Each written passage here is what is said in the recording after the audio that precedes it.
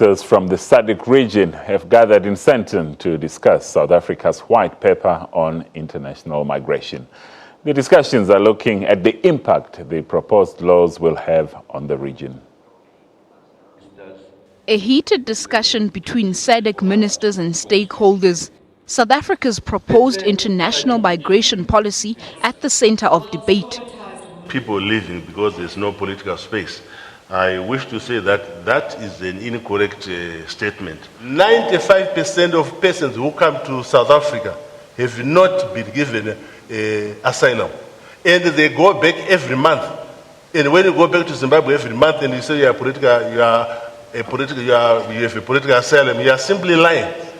The search for better economic opportunities has been fingered as the reason for South Africa's influx of migrants. But some SADC countries are saying they're trying to move away from dependency on the country. A policy on the SMME where we are trying to make sure that we reduce our dependency on goods from South Africa, because unfortunately almost 90% of the goods that are consumed in Lesotho comes from South Africa. There is the Regional Development Fund, which is created to be used by communities as well out there to create whatever they can do to make income for themselves. So we have taken this initiative to say to our people, look, you can do something on your own other than leaving the country to look for greener pastures. Those with opposing views did not hold back. They say the conversation cannot happen without addressing political reforms. If we continue to deny the fact that there is a political problem in this region, then we are romanticizing the problem instead of confronting the problem.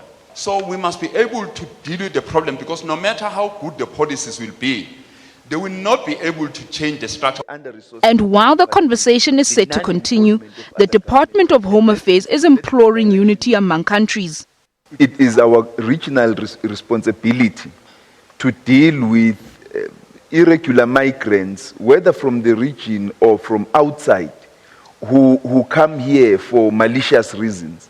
How people should not, as Dr. Munotsi was saying, should not be allowed to transit through countries merely because they are not destined for those countries but for the other.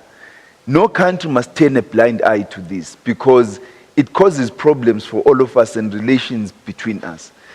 The white paper on the proposed migration policy will be brought before Parliament. RAKUOANE, SABC News, Sandton.